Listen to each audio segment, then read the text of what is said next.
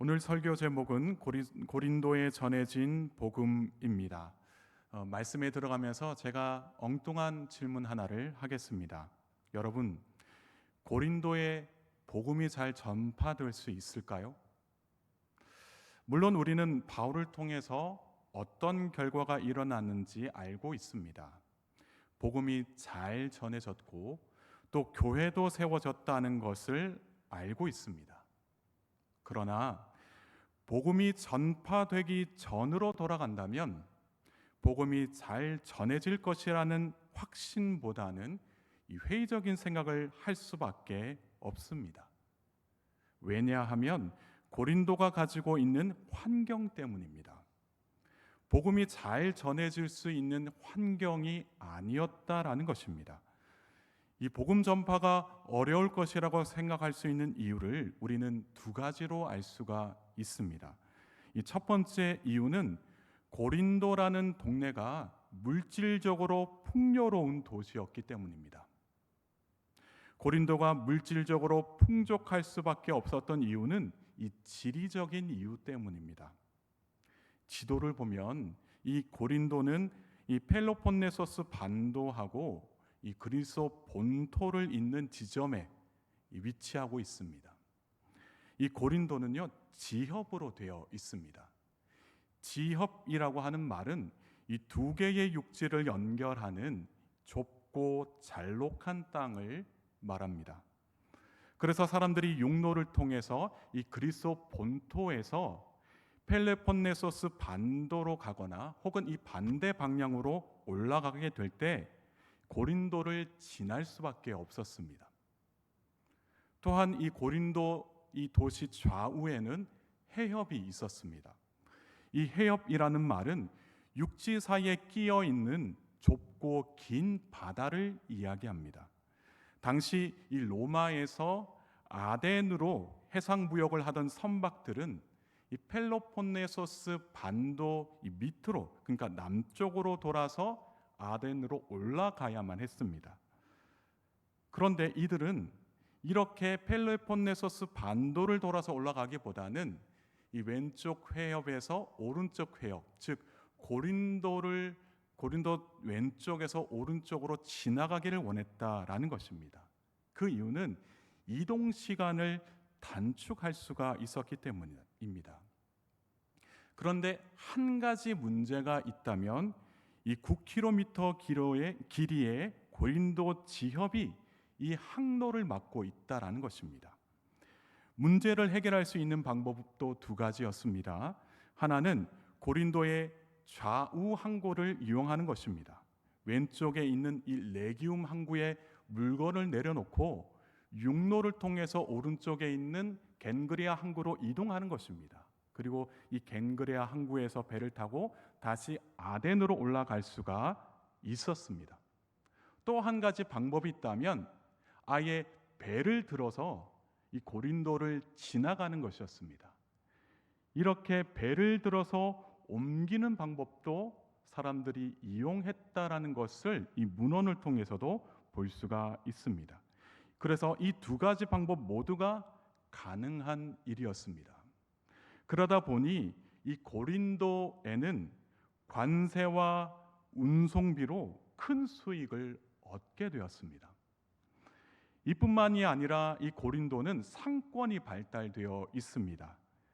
많은 타지인들이 고린도를 찾아왔고 또 그곳에서 물건을 사고 팔았다라는 것입니다. 그렇게 고린도가 큰 도시였다는 것을 알 수 있는 증거가 있는데 이 도시에는 약 2만 명을 한꺼번에 수용할 수 있는 야외 극장이 있습니다. 또 하나는 그리스의 4대 제전이 있는데 그 중에 이즈미아 제전이 2년마다 한 번씩 이 고린도에서 벌어졌다라고 합니다.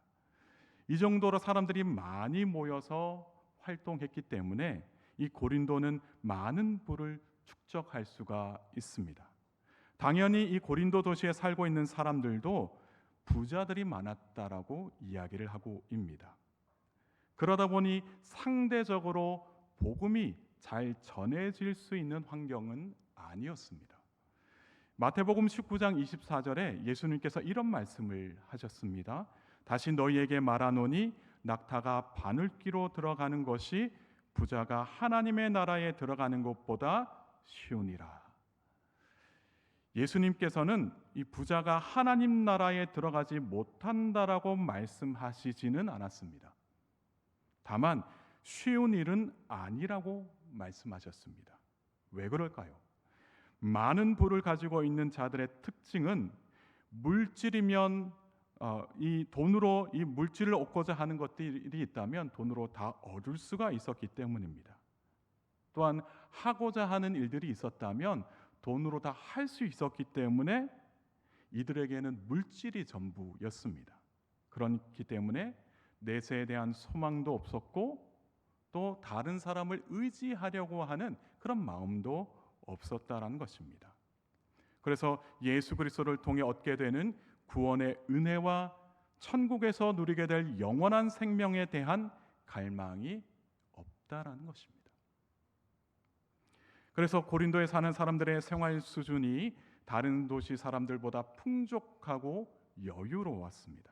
그렇기 때문에 사람의 시선으로 바라보는 이 고린도는 복음이 전해질 수 있는 그런 도시가 아니었습니다. 복음 전파에 걸림돌이 되는 또 다른 이유가 있다면 그것은 바로 고린도에 많은 우상들이 존재하고 있었습니다. 이 고린도는 항구 도시였고 또 타지인들도 많이 살았습니다. 그래서 이 고린도는 각 나라와 민족들의 우상들이 총집결한 우상의 도시였습니다. 바다는 사람들에게 혜택을 주기도 하지만 또 사람의 생명을 앗아가기도 했습니다. 그렇기 때문에 이 바다에서 물고기를 잡거나 또 배를 타고 이동을 해야 할 때면 이 바다에 사는 신에게 제사를 드렸습니다. 또한 이 고린도에는 사랑의 여신 아프로디테를 위한 신전이 있었습니다.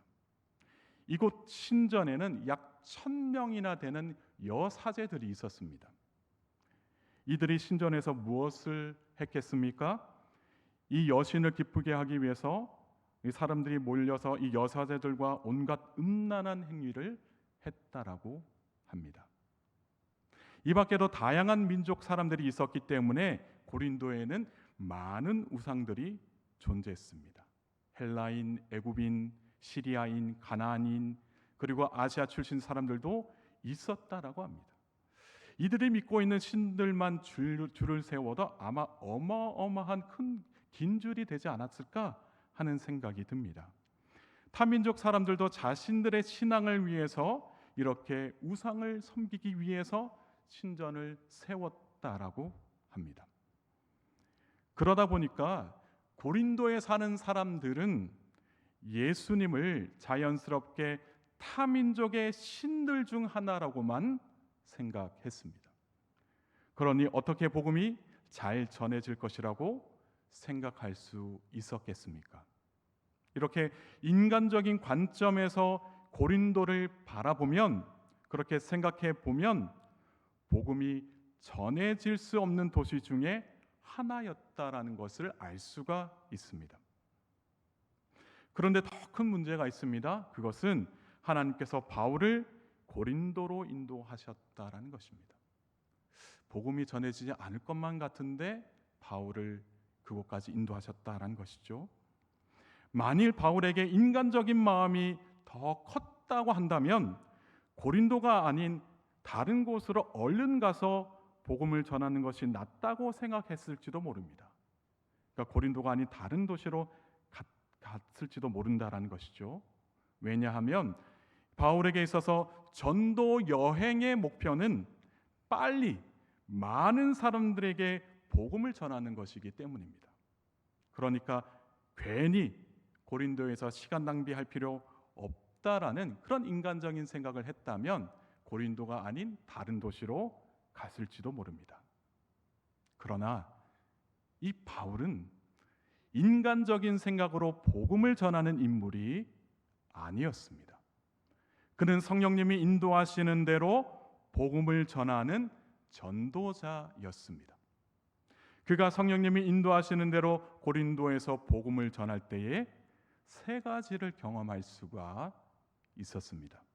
첫 번째는 바울이 믿음의 동력자들을 만나는 경험을 했습니다.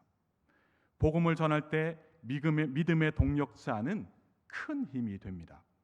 실질적으로 도움을 얻을 수가 있고 또 영적으로 무너지지 않도록 영적으로도 도움을 받을 수가 있습니다.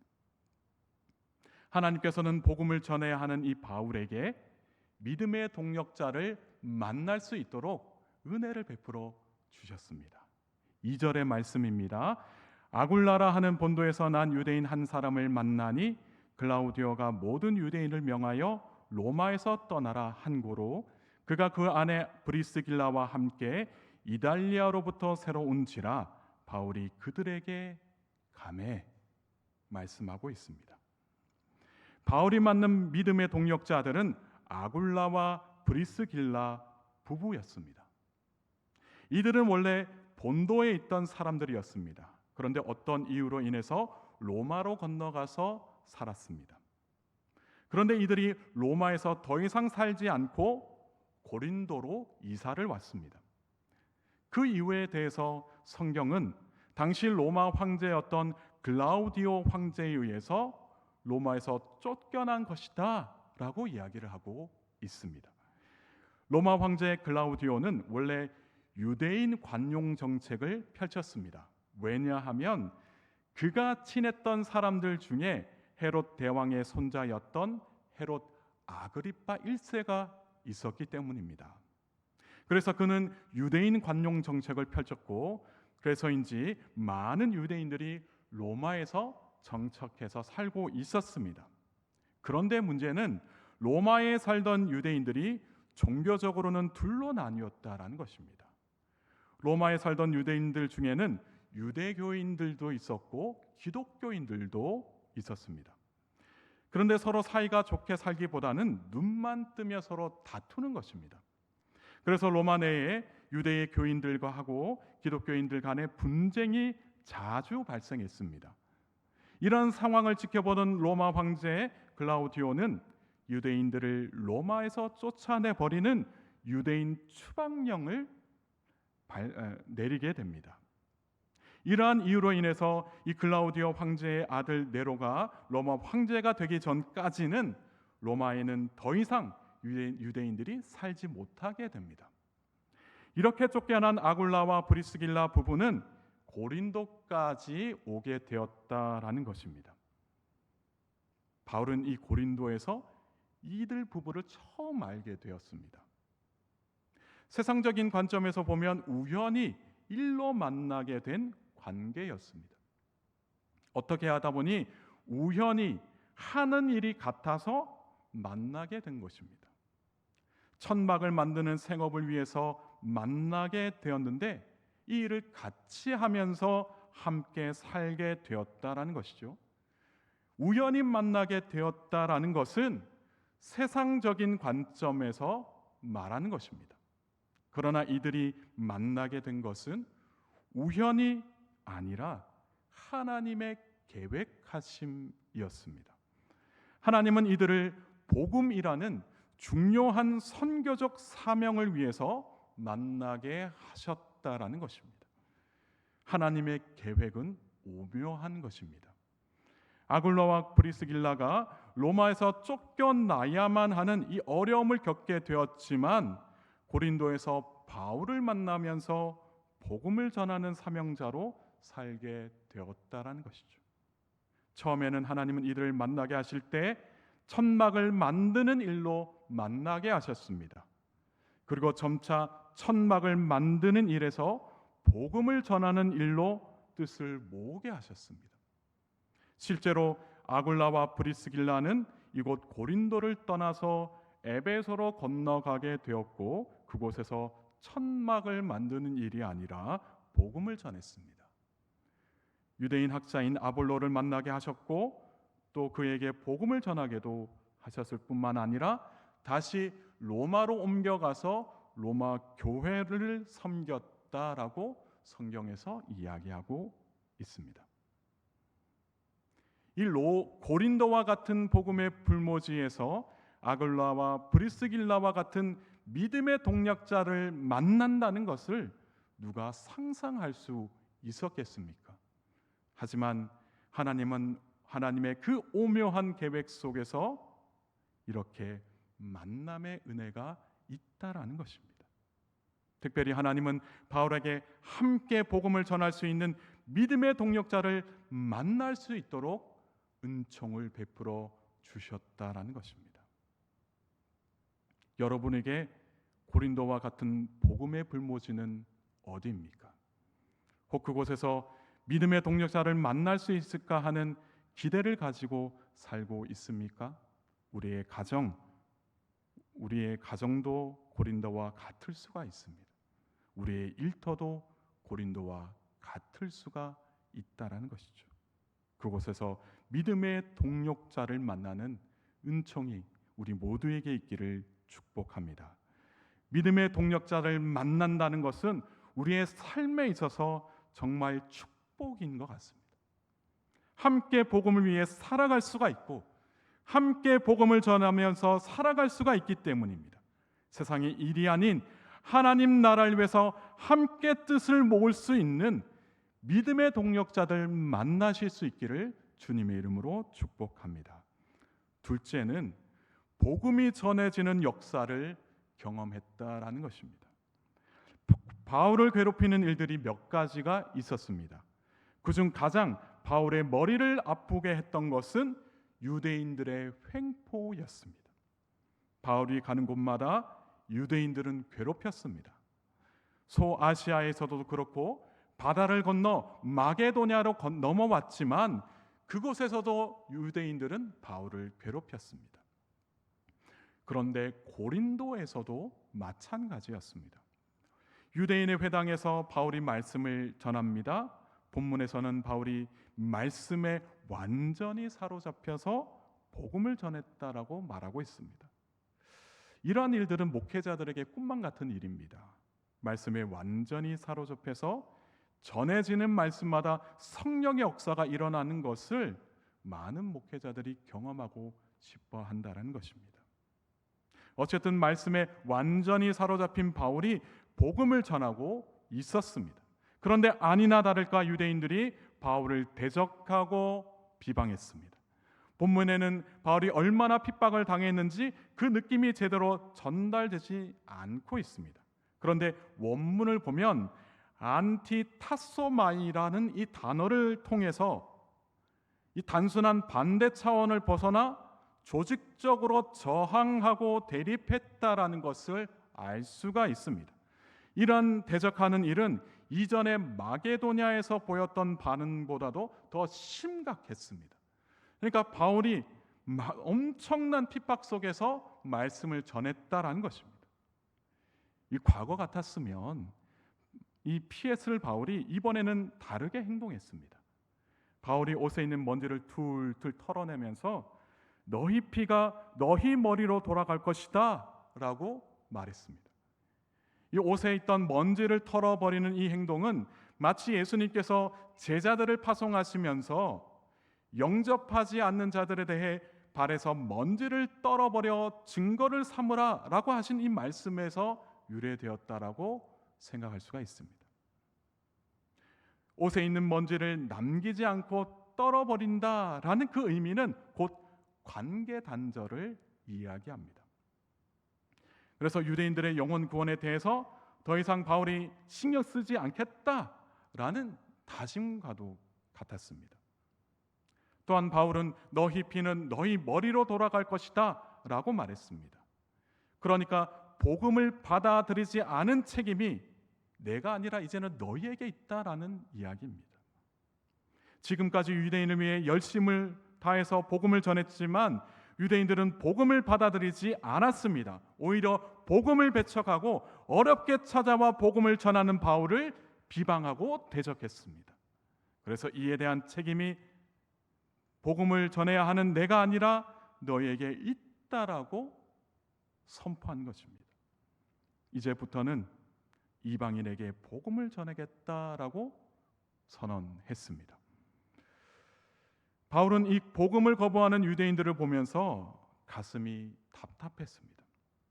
그래서 먼지를 털어내는 이 상징을 보여주고 또 복음을 거부한 책임이 너희에게 있다고 협박하면서 바울의 심정은 이렇게 해서라도 협박하면서까지도 이들이 복음을 받아들이기를 원하면서 이야기를 했던 것을 볼 수가 있습니다.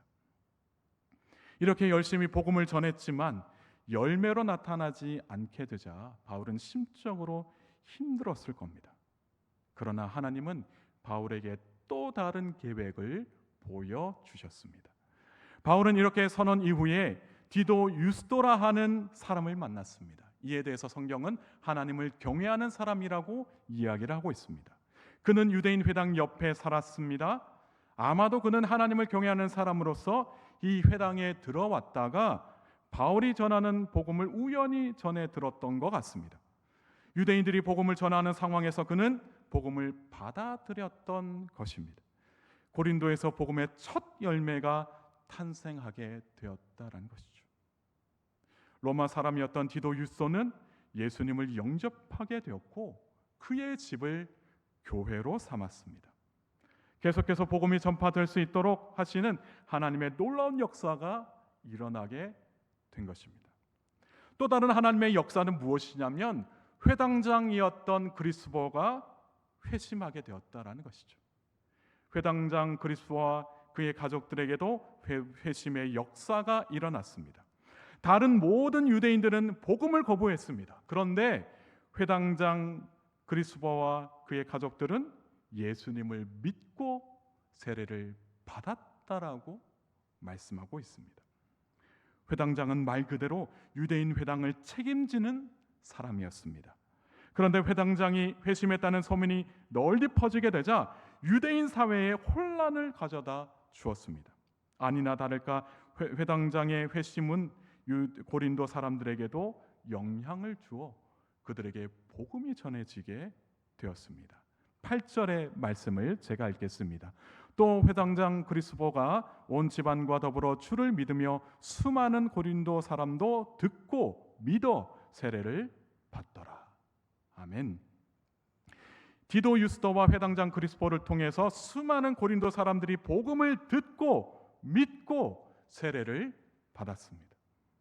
우리가 복음을 전함에 있어서 염두에 두어야 할 것이 있다면 복음 전파는 하나님의 계획 안에서 이루어진다는 것입니다. 우리가 생각지도 못했던 곳에서 복음을 받아들이는 역사가 일어나게 되고 또 생각지도 못했던 인물이 복음을 받아들이는 역사를 경험하게 된다는 것입니다. 또한 세 번째가 있다면 바로 바울이 하나님의 음성을 들었다라는 것입니다. 우리가 종종 복음을 전할 때 과연 내가 이곳에서 복음을 전하는 것이 맞나 하는 생각이 들기도 합니다. 특히나 믿지 않는 가족이나 친구들 혹은 지인들에게 복음을 전할 때 그런 생각이 드는 것이죠. 그럴 때마다 우리는 말씀 안에서 하나님의 음성을 듣고 힘을 얻어야 하는 것입니다. 하나님의 음성을 듣고 우리가 복음에 대한 확신을 얻게 될 때 끝까지 복음의 사명을 감당할 수가 있게 되는 것입니다. 사도 바울도 복음을 전하는 것이 힘이 들고 두렵기도 했던 것 같습니다. 그래서 9절 말씀에 이렇게 기록되어 있습니다. 밤에 주께서 환상 가운데 바울에게 말씀하시되 두려워하지 말며 침묵하지 말고 말하라 말씀하고 있습니다. 성경에서 밤은 해가 지고 다음날 동이 틀 때까지의 어두운 시간을 말하기도 하지만 두려움과 근심 또는 고통과 슬픔과 같은 마음의 상태를 나타내기도 합니다. 지금 바울은 영적으로 밤을 경험하고 있었습니다. 그런데 그 밤에 하나님께서 환상을 통해 바울을 찾아오셨습니다. 그리고 하시는 말씀이 두려워하거나 침묵하지 말고 말하라 말씀을 하셨습니다. 이때 하나님께서 말씀하라 말하라 라고 하시는 것은 복음을 이야기하는 것입니다. 아마도 유대인들에게 계속해서 핍박을 당해왔던 것으로 보입니다. 그래서 바울은 심적으로 위축이 되어 있었습니다. 두렵기도 하고 무섭기도 해서 바울은 다른 곳에서 그랬던 것처럼 여차하면 고린도를 떠나려고 했던 것 같습니다. 하지만 하나님께서는 바울을 붙들어 주셨습니다. 왜냐하면 아직도 복음을 들어야 할 사람들이 고린도에 넘쳐나기 때문입니다. 그래서 하나님은 도망가지 말고 복음을 전하라 말씀을 하셨습니다. 그리고 하나님께서는 복음을 전하는 바울의 삶을 지켜주실 것을 약속하셨습니다. 10절의 말씀을 우리가 함께 읽겠습니다. 내가 너와 함께 있음에 어떤 사람도 너를 대적하여 해롭게 할 자가 없을 것이니 이는 이 성중에 내 백성이 많음이라 하시더라. 아멘. 하나님께서 함께 하시기 때문에 대적하여 해롭게 할 자가 없을 것이다 말씀을 하셨습니다. 그러나 이 말씀이 대적하는 자나 비판하는 자가 전혀 없을 것이다 라는 말씀은 아닙니다. 비록 대적자들로부터 핍박이나 박해를 받게 되겠지만 주님이 함께 하심으로 말미암아 우리의 생명이 보존되고 하나님의 능력으로 우리가 이 어려움을 극복할 수 있게 된다는 것을 말씀하고 계십니다. 하나님께서 함께 하신다는 이 말씀도 바울에게 큰 힘이 되었습니다. 그러나 바울로 하여금 복음을 전하는 것에 대한 결정적으로 희망을 가지게 된 그 이유는 이 성중에 내 백성이 많다라는 하나님의 말씀 때문이었습니다. 우리를 통해 전해지는 복음을 듣고 많은 사람들이 예수님을 영접하게 된다는 이 확실한 말씀이 복음을 전하는 우리에게 얼마나 기쁨이 되고 소망이 되는지 모릅니다. 바울은 이러한 하나님의 음성을 듣고서 하루빨리 빠져나가고 싶었던 이 고린도 동네에서 1년 6개월 동안 머물면서 복음을 전하게 되었다라는 것입니다. 그래서 이 고린도에 많은 그리스도인들이 생겨나게 됩니다. 바울이 전도하고 이 개척한 교회 중에서 이 고린도 교회는요 가장 큰 교회에 속합니다. 또 이 교회는 가장 많은 은혜를 받은 교회로 알려졌습니다. 사랑하는 성도 여러분, 이 오늘 말씀에서 우리에게 무엇을 말씀하고 계십니까? 하나님은 고린도와 같은 복음의 불모지까지도 변화시키는 분이시라는 겁니다. 전혀 변화될 수 없을 것만 같은 곳도 사람도 하나님이 계획하시면 변화된다라는 말씀입니다. 우리에게 있어서 고린도는 어디일까요? 우리의 마음일 수도 있고요, 우리의 삶이 될 수도 있습니다. 우리의 가정이 될 수도 있고 우리의 일터가 될 수가 있고 우리가 속한 그 삶의 자리일 수도 있다는 것입니다. 바로 그것이 복음으로 변화가 되어야 한다면 우리는 인간적인 생각을 다 벗어버리고 오직 하나님의 계획이 무엇인지 하나님께 묻고 하나님의 방법으로 복음이 전해지기를 기도하며 살아야 한다는 것입니다. 그러면 하나님께서 이 복음 안에서 변화되는 것을 몸소 체험하게 하실 줄 믿습니다. 고린도에 전해진 복음을 다시 한 번 더 생각하면서 하나님의 은총을 경험하는 우리 모두가 되기를 주님의 이름으로 축복합니다. 함께 기도하시겠습니다.